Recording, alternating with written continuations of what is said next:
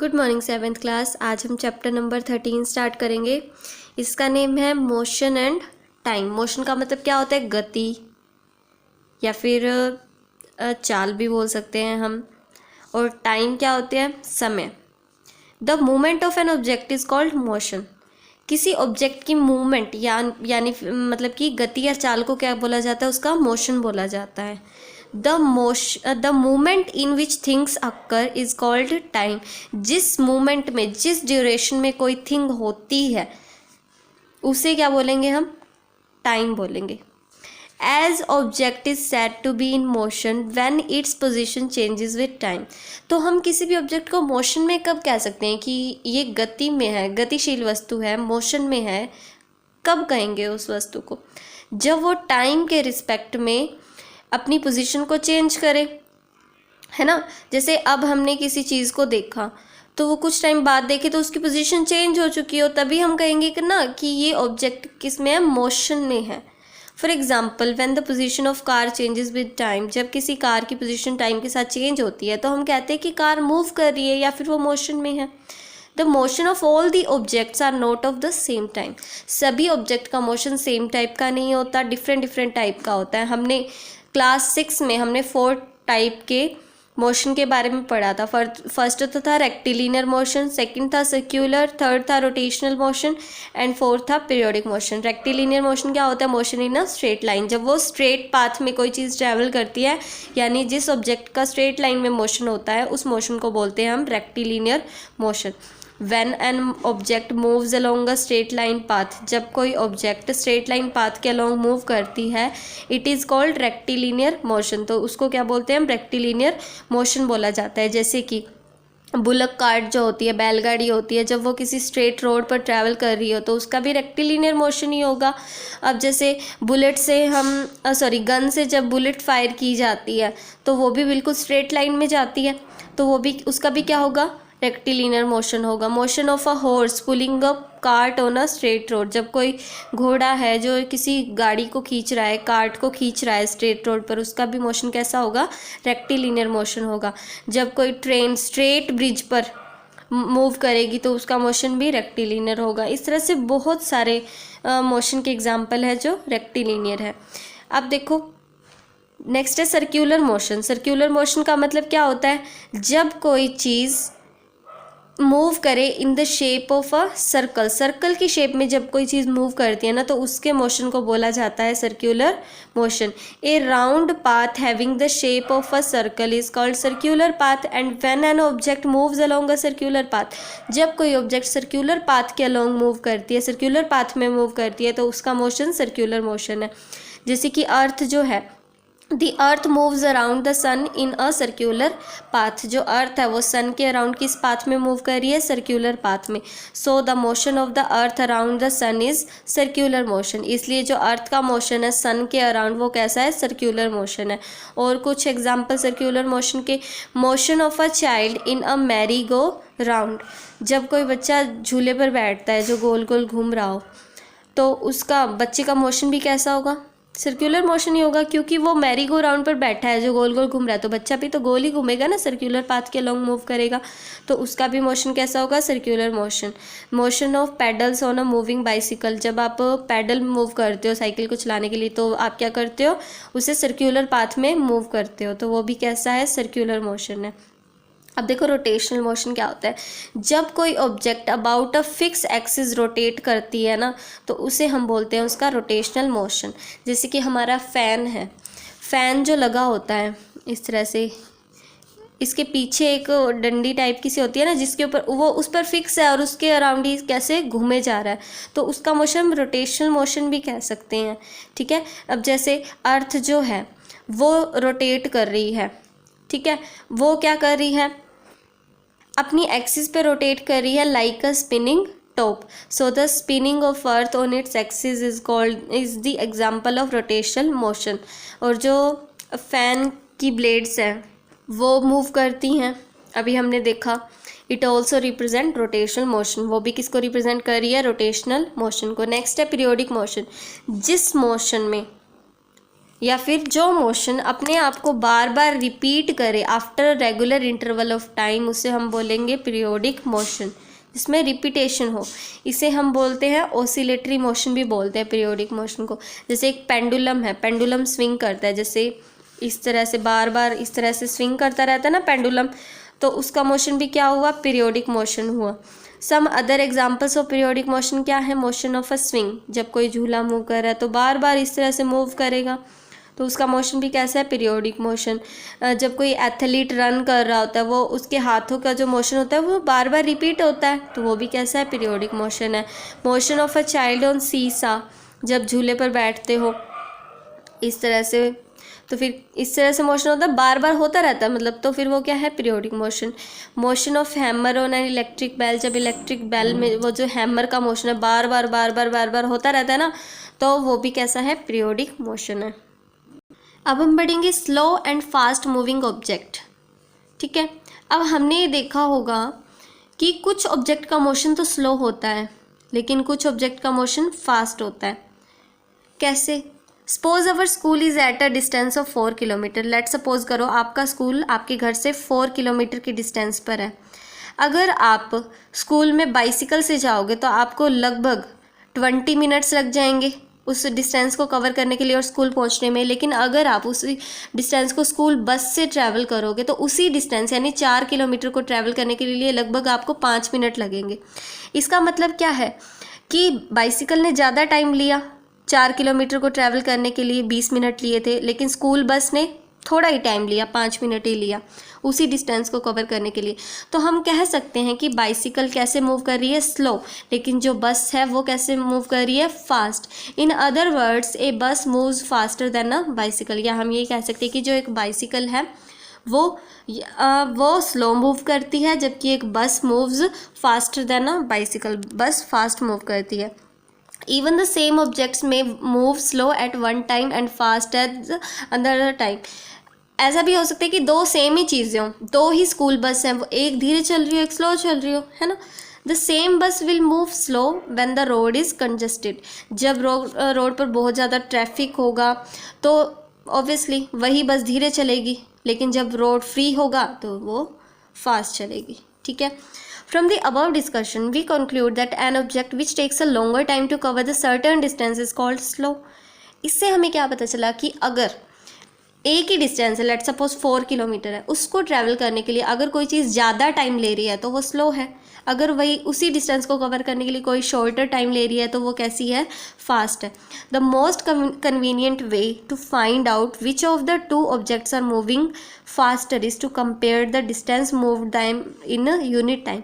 अगर हमें पता चल जाए कि कोई भी चीज़ यूनिट टाइम में कितनी डिस्टेंस कवर कर रही है, तो हमें ये चीज़ पता चल सकती है कि कौन सी चीज़ फास्ट है कौन सी स्लो है। लेट सपोज कोई चीज़ 1 आवर में 40 किलोमीटर ट्रैवल कर रही है और कोई चीज़ 1 आवर में 20 किलोमीटर ट्रैवल कर रही है, तो टाइम तो दोनों ने ही सेम लिया ना, लेकिन ज़्यादा किसने ट्रैवल कर लिया, 40 ने। तो यानी ये फास्ट ट्रैवल करके गई है, इसकी स्पीड ज़्यादा है और इसकी क्या है, कम है।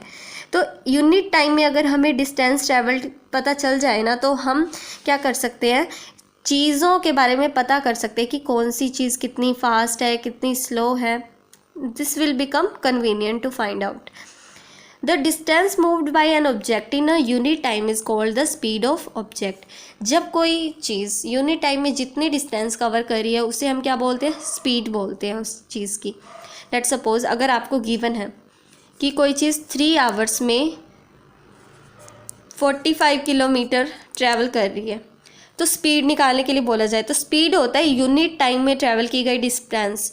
यूनिट टाइम में ट्रैवल की गई डिस्टेंस, यूनिट टाइम मतलब अगर आवर गिवन है तो 1 आवर का निकाल लो, सेकंड गिवन है तो 1 सेकंड का निकाल लो। इस तरह से हमें तो आवर गिवन है तो 1 आवर में अगर हम डिस्टेंस फाइंड आउट कर लेना तो उतनी उससे हमें स्पीड पता चल जाएगी।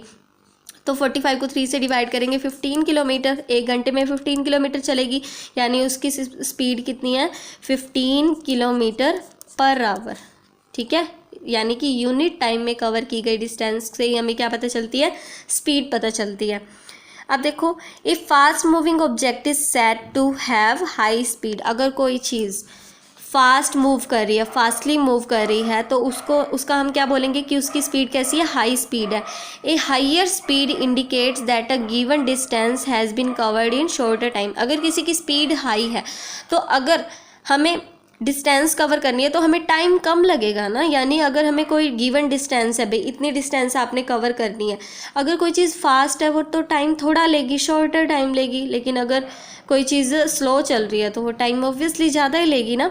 तो स्पीड और टाइम का जो रेशो होता है ना वो इन्वर्स होता है, मतलब स्पीड अगर ज़्यादा है तो टाइम कम लगेगा, अगर टाइम ज़्यादा है तो स्पीड कम हो जाएगी। ऑब्वियसली कोई चीज़ अगर टाइम ज़्यादा ले रही है डिस्टेंस को ट्रैवल करने में, यानी वो उसकी स्पीड कम है।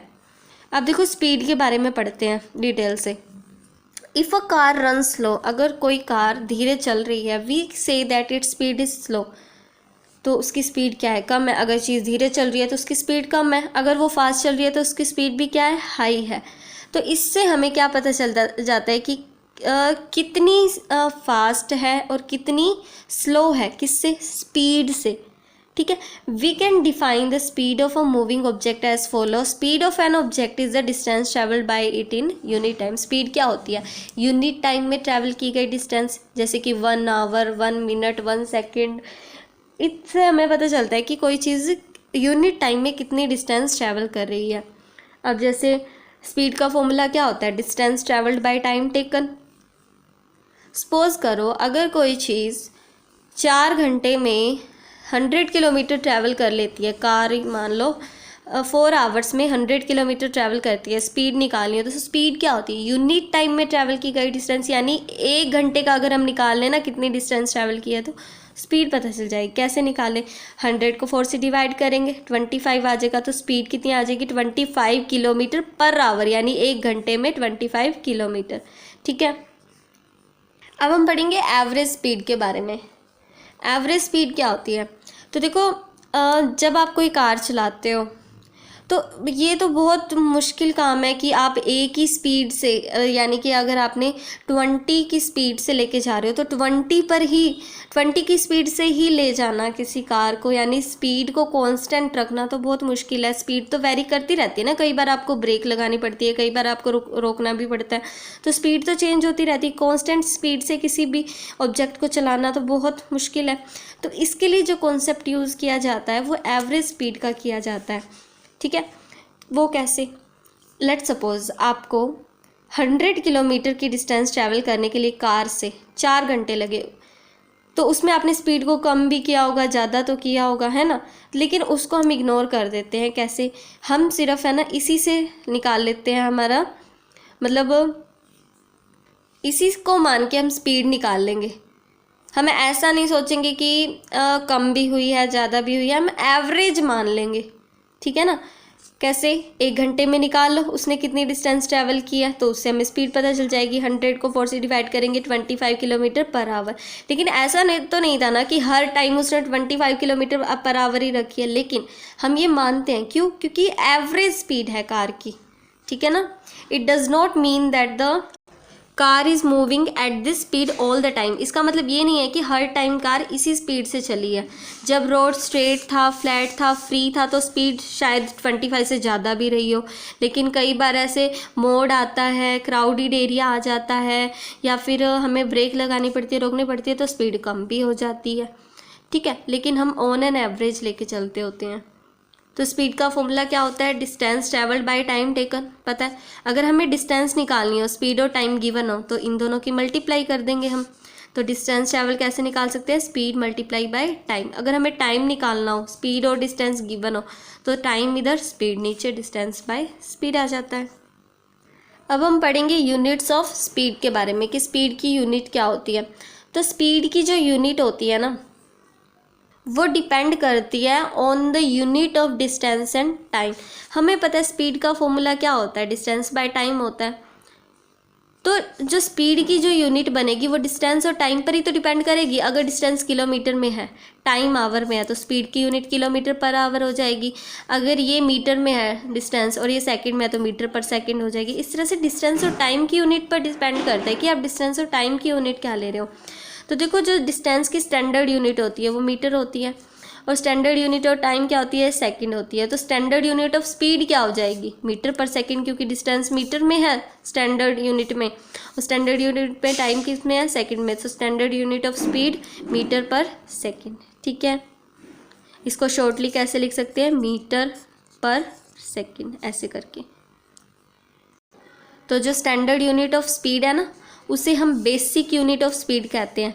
तो अगर आपसे पूछा जाए what is the basic unit of speed, तो आप क्या बोलोगे, मीटर पर सेकंड। ठीक है, अब नेक्स्ट देखो, another unit of speed is metre per minute. Metre per minute भी होती है, अगर आप डिस्टेंस मीटर में लो, टाइम मिनट में लो, तो एक यूनिट क्या बन जाएगी स्पीड की, मीटर पर मिनट। लेकिन जो बेसिक यूनिट होती है वो मीटर पर सेकेंड होती है, याद रखना। और देखो, the small values of speeds are expressed in the units of centimetre per second. अगर स्मॉल वैल्यूज हैं स्पीड की, उसको किस में एक्सप्रेस किया जा सकता है, सेंटीमीटर पर सेकेंड में। जब डिस्टेंस को किस में मेज़र किया जा रहा है, सेंटीमीटर्स में, और टाइम को सेकंड्स में। जैसे कि टॉर्टोइज होता है, उसकी स्पीड तो बहुत कम होती है ना, तो उसकी स्पीड को हम सेंटीमीटर पर सेकेंड में वो मतलब मेज़र कर सकते हैं, यानी एक्सप्रेस कर सकते हैं। The very small speed are expressed in the unit of millimetre per second. वो उससे भी बहुत कम है, जैसे कि स्नेल की स्पीड बहुत कम होती है, तो उसको मिलीमीटर पर सेकेंड में भी एक्सप्रेस किया जा सकता है। ठीक है, अगर बहुत लार्ज स्पीड है तो किलोमीटर पर आवर में कर लो, जैसे कि कार वगैरह की, ट्रक वगैरह की, इन सब की किस में करोगे आप, किलोमीटर पर आवर में, क्योंकि इनकी स्पीड लार्ज होती है, हाई होती है। इसके अलावा किलोमीटर पर आवर के अलावा अगर बहुत लार्ज स्पीड है तो किलोमीटर पर सेकंड भी हो सकती है, क्योंकि जैसे देखो, जो स्पेस रॉकेट होते हैं, स्पेस में जो रॉकेट छोड़े जाते हैं, वो तो पर सेकंड इतने ज़्यादा किलोमीटर डिस्टेंस ट्रैवल कर लेते हैं, तो उनकी सेकंड्स में टाइम लिया जाता है और डिस्टेंस किलोमीटर तक वो ट्रैवल करते हैं, तो उनकी स्पीड की यूनिट क्या होती है, किलोमीटर पर सेकेंड। ठीक है, the speed of a space rocket is normally expressed in the unit of kilometre पर सेकेंड। अब नेक्स्ट देखो, स्पीडोमीटर और ओडोमीटर के बारे में पढ़ते हैं। The panel of instruments and controls facing the driver of a vehicle when he sits in the vehicle is called dashboard. जो व्हीकल में ड्राइवर है उसके सामने जो पैनल ऑफ इंस्ट्रूमेंट और कंट्रोल्स होता है, उससे हम क्या बोलते हैं, डैशबोर्ड बोलते हैं। ठीक है, an instrument on the vehicles dashboard. Vehicle के सामने वो जो डैशबोर्ड होता है, जहाँ पर सारे panel of instrument and controls है, उसमें एक इंस्ट्रूमेंट होता है which indicates the speed of the vehicle, जिससे हमें व्हीकल की स्पीड के बारे में पता चलता है कि वो किस स्पीड से चल रही है एट अ टाइम, तो उससे बोलते हैं हम स्पीडोमीटर। ये आपने देखा होगा व्हीकल में लगा हुआ, तो इससे हमें क्या पता चलता है, स्पीड के बारे में। अब इसमें ये सुई यहाँ पर है ना, इसका मतलब है कि जिस व्हीकल पर ये लगा हुआ है ना, वो किस स्पीड से चल रही है, 80 की स्पीड से चल रही है। और एक तो हो गया स्पीडोमीटर, यानी व्हीकल की एट अ टाइम स्पीड के बारे में पता चल जाएगा कि वो किस स्पीड से चल रही है। और यहाँ पर देखो किस यूनिट में होती है ये स्पीड, किलोमीटर पर आवर में, यानी उस व्हीकल की एवरेज स्पीड अब कितनी है, 1 घंटे में वो एवरेज 80 स्पीड से चल रहा है। ठीक है, speedometer tells us the speed of a running vehicle at that instance of time. Most of the vehicles have needle type speedometers, but these days vehicles are also coming with digital speedometer. Most of the vehicle में तो ये needle type लगी होती है, ताकि जहाँ पर ये नीडल हो उसकी स्पीड का पता चल जाए व्हीकल की। लेकिन आजकल मॉडर्न व्हीकल जो आए हैं ना, उनमें डिजिटल स्पीडोमीटर भी लगा होता है, जिनमें डिजिट्स में लिखा हुआ आ जाता है कि ये किस स्पीड में चल रही है। आपने देखा होगा इलेक्ट्रिक स्कूटीज़ वगैरह होती हैं, उसमें ऐसी सुई वाली नहीं होता इंस्ट्रूमेंट, डिजिटल होता है आगे वाला डैशबोर्ड। और स्पीडोमीटर भी कैसा होता है, डिजिटल होता है। अब देखो, इन एडिशन टू स्पीडोमीटर के अलावा there is an another instrument in the vehicle called odometer. Odometer भी होता है। ओडोमीटर से हमें क्या पता चलता है कि ये इंस्ट्रूमेंट कितनी डिस्टेंस कवर कर चुका है। Odometer is an instrument for measuring the distance travelled bye a vehicle. Vehicle ने कितनी डिस्टेंस ट्रैवल किया उसके बारे में पता चल जाता है। आपने सुना होगा ना भाई, ये कितने किलोमीटर चला हुआ है ये व्हीकल, तो ये जो ओडोमीटर है ना, ये देखो, ये तो हो गया स्पीडोमीटर, ये तो स्पीड बताएगा हमें, लेकिन ये जो नीचे लगा हुआ है ना, ये ओडोमीटर है। इससे हमें पता चल रहा है कि ये जो व्हीकल है ना, जिस पर भी ये इंस्ट्रूमेंट लगा हुआ है, वो 45,236 किलोमीटर अब तक चल चुका है, जब से इसे चलाना स्टार्ट किया गया शुरू से लेकर अब तक। ठीक है, इससे हमें पता चल जाता है कि उस व्हीकल ने अब तक कितनी डिस्टेंस ट्रैवल की है, वो चला कितना है। और ये क्या यूनिट ले रहा है डिस्टेंस की, किलोमीटर ले रहा है, ये इतने किलोमीटर ये व्हीकल चल चुका है।